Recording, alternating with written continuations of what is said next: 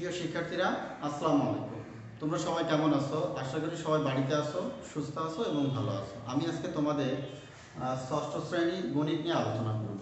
তো আমরা গণিতের প্রথম যে অধ্যায়টা আলোচনা করব সেটা হলো 1.1।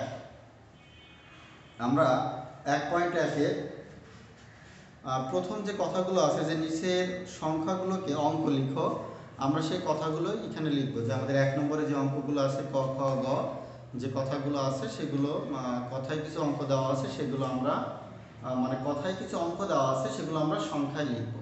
তো দেখো, তার জন্য প্রথমে একটা শখ এঁকে রাখছে এখানে, যে একক, দশক, শতক, হাজার, অযুত, লক্ষ, নিযুত, কোটি। তো এইগুলো আমাদের সংখ্যা তৈরি করবো, তার আগে আমাদের একটা বিষয় জানতে হবে যে অঙ্ক কোনগুলো। আসলে পৃথিবীতে অঙ্কের সংখ্যা কিন্তু নির্দিষ্ট। যেমন 0 থেকে 9, 0, 1, 2, 3, 4, 5, 6, 7, 8, 9, এইগুলোকে আমরা কি বলি? এইগুলোকে আমরা বলি হলো অঙ্ক। এখন যদি আমাদের সার্থক অঙ্ক বলা হয়, যে একটা কথা আসে যে সার্থক অঙ্ক কোনগুলো, তোমাদের স্পষ্ট করে জানতে হবে যে এই শূন্য বাদে 1, 2, 3, 4, 5, 6, 7, 8, 9, এই যে 9টা সংখ্যা আছে, এইগুলোকে আমাদের বলা হয় সার্থক অঙ্ক। এইগুলোকে কি বলা হয়? সার্থক অঙ্ক। এখন তোমাকে কেউ যদি বলে 10 লেখো, তুমি খুব সহজে লিখে ফেলবা যে 10। এখানে আমরা কি লিখবো? 10। কিন্তু এখানে একটা হিসাব আমাদের জানতে হয় যে এটা হলো একক, এটা হলো দশক। এটা কত লিখতে হয়? এটা হলো একক, এটা হলো দশক। যদি আমরা এই ছকের ভিতরে লিখি তাহলে লক্ষ্য করো যে আমরা 10 লিখলাম, তাহলে সেটা দেখতে কেমন হবে? 10, এই যে 10 আছে, এটা প্রথমটা হলো একক, তারপরটা কত? দশক। তাহলে 0 বসবে এখানে আর 1 বসবে কোথায়? এইখানে। এই যে হলো আমাদের 10। এর স্থানীয় মান হলো একক, এর স্থানীয় মান কত? দশক। তারপরে আমাদের যদি কেউ লিখতে বলে 12, আমরা কিভাবে লিখব? যদি আমাদের কেউ 12 লিখতে বলে, তাহলে আমরা এইভাবে লিখি, আমরা জানি 12, কিন্তু এর স্থানীয় মান কত? একক, এর স্থানীয় মান হলো একক, আর এর স্থানীয় মান কত? দশক। এর স্থানীয় মান হলো কি? দশক। তাহলে এখানে আমরা কি লিখব? এই যে 2 এর ঘরে যাবে হলো 1, আর এখানে দশকের ঘরে কত আসবে? 1, 2। আচ্ছা, 2 এর ঘরে যাবে 1 এবং দশকের ঘরে কত আসবে? 1। তাহলে এখানে কত আসবে? আমাদের 12। এটা কিভাবে 12 হয় শিক্ষার্থীরা? তোমরা খুব ভালো করে জানো, যেহেতু আমাদের এখানে 2 আছে, তার মানে 2 গুণ 1, এখানে আসবে 2। আর এখানে যেহেতু স্থানীয় মান দশক, অর্থাৎ 1 এর সাথে 10 গুণ হবে, এখানে আসবে কত? 10। দেখো, এই 10 আর 2 যোগ করলে মানটা কত হয়? 12। এই জন্য আমরা বলি এর স্থানীয় মান 1 এবং এর স্থানীয় মান একক, এর স্থানীয় মান কত? দশক। গেল। এখন আমরা প্রথম দুটা ছোট ছোট অঙ্ক নিয়ে দেখলাম। যদি আমরা আরেকটু বড় করে অঙ্ক নিই, যেমন মনে করো তোমাকে কেউ লিখতে বললো 5। তো 5 তো শুধু একটা সংখ্যা। আমরা বললাম যে অঙ্ক প্রথম যে এক অঙ্কের যে 1 অঙ্ক, 2 অঙ্ক। তো এখন ব্যাপার হলো 1 অঙ্ক সবগুলো এখানে, 2 অঙ্ক যেমন আমাদের এখানে আছে হলো 10, তারপরে 12, তারপরে 52, তারপরে কত? 21। এই জাতীয় যে সংখ্যাগুলো আছে এগুলো 2 অঙ্ক বিশিষ্ট। দেখো, এখানে 2টা অঙ্ক আছে, একটা দুইটা, একটা দুইটা, একটা দুইটা, সব জায়গায় আমাদের 2 অঙ্ক বিশিষ্ট। এখন যদি তোমাকে 3 অঙ্ক বিশিষ্ট কোনো সংখ্যা লিখতে হয়, 3 অঙ্ক, তার মানে 3টে অঙ্ক পাশাপাশি থাকবে। সেটা কেমন? মনে করি এখানে লিখলাম আমি 1, এখানে লিখলাম আমি 5, এখানে লিখলাম 2। তাহলে এখানে কত বোঝায়? 152। কত বোঝায়? 152। তো এটা কিভাবে আসে তোমরা খুব ভালো করে জানো। এটা হলো আমাদের 2, এর স্থানীয় মান হলো একক, এর স্থানীয় মান কত? একক। এখানে যে 5 আছে, এর স্থানীয় মান হলো দশক, আর এখানে যে 1 আছে, এর স্থানীয় মান কত? শতক। শিক্ষার্থীরা লক্ষ্য করো, আমরা এটা যদি যেহেতু আমরা যদি সুন্দর করে সাজিয়ে দেখি, দেখো 2 আছে, এখানে 2 গুণ 1, তার মানে কত? এখানে 2, যেহেতু এর মান একক তাই 2 এর সাথে 1 গুণ। আমাদের 5 আছে, 5 এর স্থানীয় মান কত? দশক। তাহলে এখানে আসবে হলো 5 গুণ হলো 10, তার মানে কত আসবে? 50। আর এখানে 1 আছে, 1 এর স্থানীয় মান শতক, তাহলে এখানে 1 এর সাথে কত গুণ হবে? 100। তাহলে এখানে 1 এর সাথে যদি আমরা 100 গুণ করি, তাহলে মানটা কত আসবে? 100 হবে। এখন আমরা যোগ করে দেখি, 2 0 0, তার মানে 2, তারপরে 5 0, তার মানে 5, আর 1 যোগ করলে কত? এখানে 1 থেকে যায়। তাহলে আমরা বলতে পারি কত?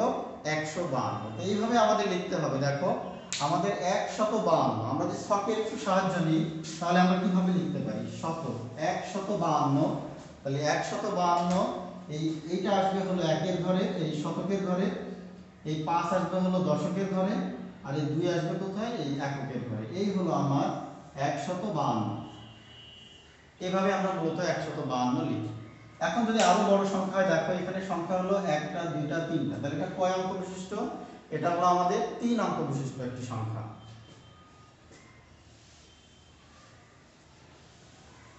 শিক্ষার্থীরা, এখন যদি আমাদের আর একটু বড় মান লিখতে হয়, যেমন আমরা লিখলাম কত? 5000।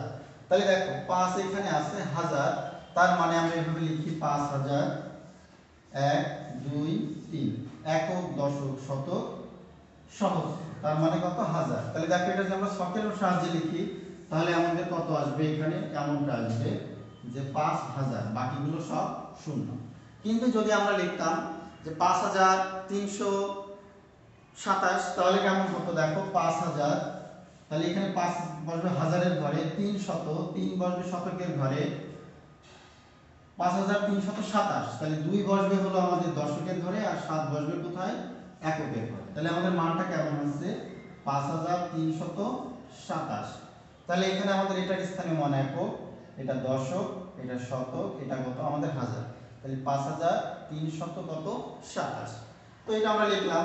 এর স্থানীয় মান একক, দশক, শতক, সহস্র। আমরা এইভাবে গুণে গুণে চেক করব যে স্থানীয় মান একক, দশক, শতক, সহস্র।